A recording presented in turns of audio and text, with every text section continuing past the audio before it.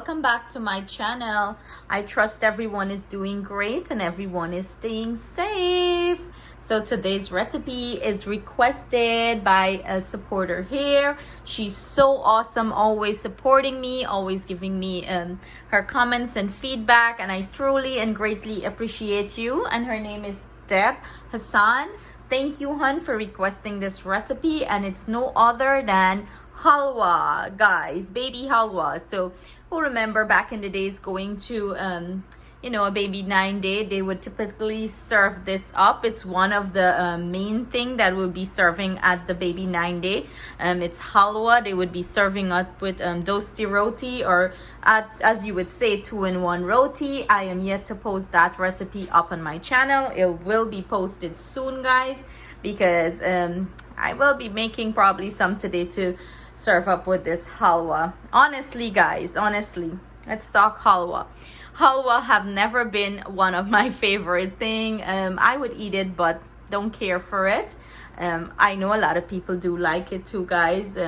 It's pretty much similar to lapsi in the sense, but it doesn't have the masala and some of the other components. So let's get into it, guys. What will we be using to make this halwa?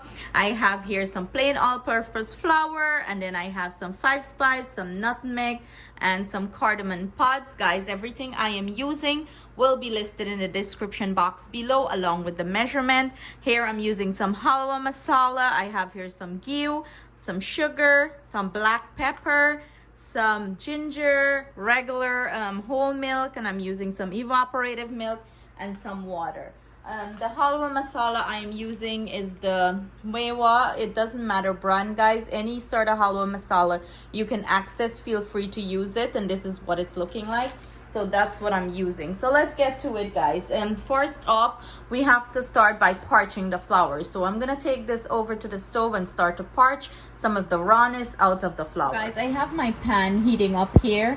I am not going to add anything to this. I'm just going to go ahead and add the flour, the 5 spice powder, and the cardamom pods, guys. I'm trying to build flavor into this, start to add flavors to our halwa.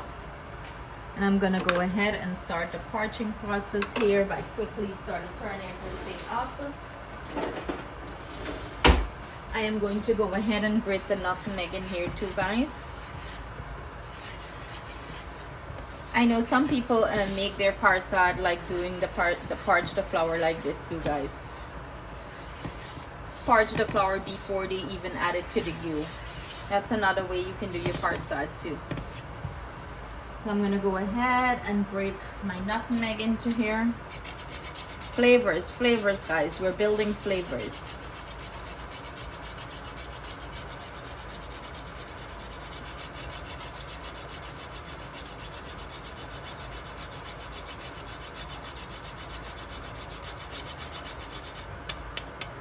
Remember, guys, everything I'm using will be listed in the description box below along with the measurement. If you do not want so much halwa, you can always alter the recipe. If there is any ingredients I add here that it's not to your taste or like, feel free to eliminate it too, guys. So we're basically parching the rawness out of this flour. And this is about an 8-minute process or so, guys. You're gonna see the color of the flour is gonna change a little bit. It's not gonna change too much, but it's going to change a little bit.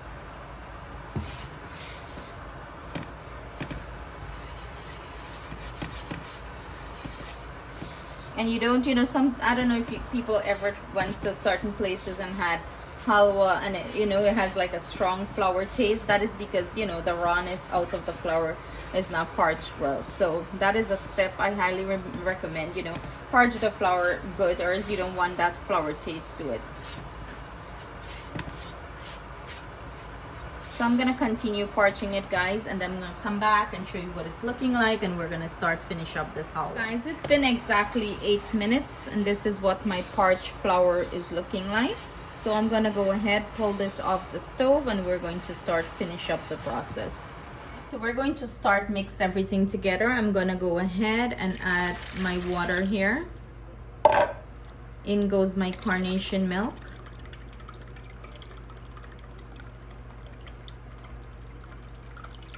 And this step is like a lapsi in the sense where you mix the flour with all the liquid. In goes our milk. In goes our sugar. And guys, remember, sugar to your taste. In goes our black pepper. And this is why they're saying that, you know, the halwa is good for the mothers because it helps produce, you know, the breast milk with the ginger and stuff like that. So I'm going to go ahead and grate some ginger into this liquid. And the black pepper and the ginger, it helps like with cleansing the inside. And guys, it's smelling so fragrant. The ginger and the black pepper combined. So everyone prefer their halwa different. Some like a spicier halwa in the sense that they don't add, you know, too much pepper, but fresh pepper, but the black pepper with the ginger. And this is all to your taste and preference. And if you don't want to add the ginger here, you can go ahead and add the ginger when you're adding the masala. You can fry it up with that too. It's all, however, you know, your preference. So I'm just combining everything, mix everything in well. And I'm gonna come in and add our parched flour here, guys.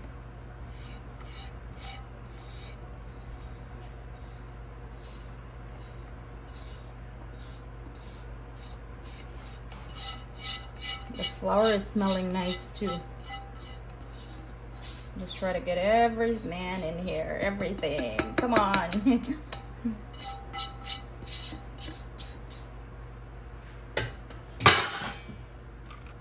Ooh, listen to that hard noise that I just pop your eardrum with. So I'm just mixing this in here, guys, whisking it.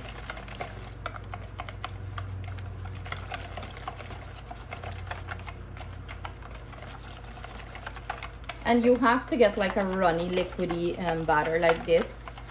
It's not even a batter, it's more runny and liquidy. Remember, when you add this to the masala and the ghee and stuff, it's gonna cook a little bit more and it's going to start get thickened and it's gonna come down to a nice texture.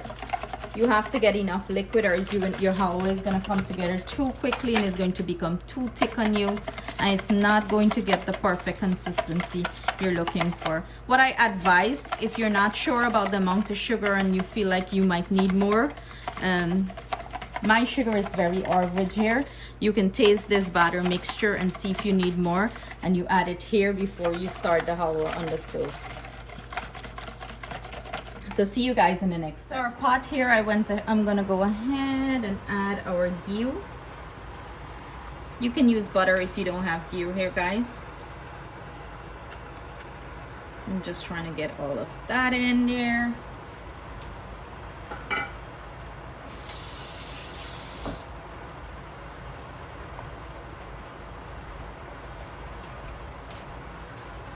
So quickly our ghee will melt down. I am going to go ahead and add our halwa masala and quickly incorporate this. So like if you're going to prepare any sort of masala, you have to fry this up, let the spices start to release before you add your flour mixture.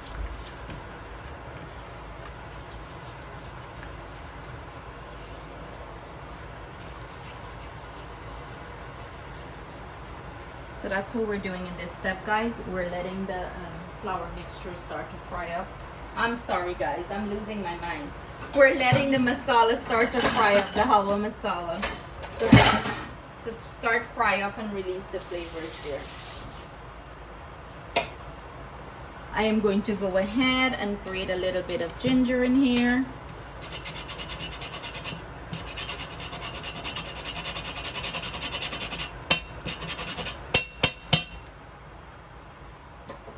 We're building flavor, guys. Flavors. It's all about flavorful food, right?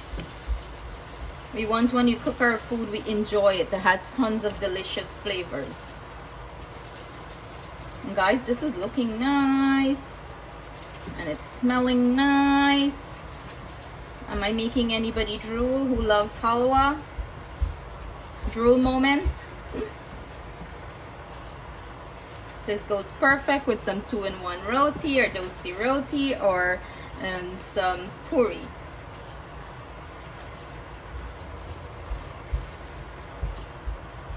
Guys, and this is smelling so fragrant and nice.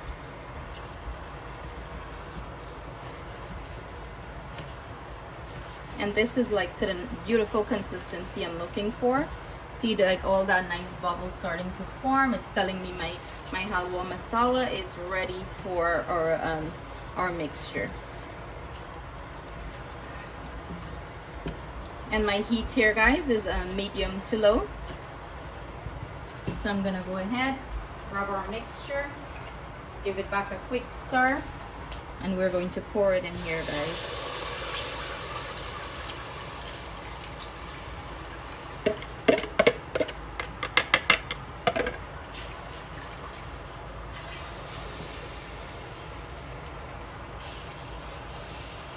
Scraping this down. And I love to use a whisk here now, guys. And we're gonna mix this and bring this up, you know, to the texture we're looking for. Bring it up to a boil. It's going to start thickening, and then I'm gonna show you the texture. I pull mine off. You can pull it off before, you know, just look at it, guys. And remember, everyone flour observe liquid differently, so you probably have to watch yours, you know, how it's thing. I'm just raising the heat now, guys, to bring this up quickly. So I'm going to show you guys when it's coming together. So guys, this is what it's looking like. About 3 minutes, constantly keeping it on the heat and stirring it. It's starting to thicken up. And this is why I love to use a whisk, because you know, it keeps it nice and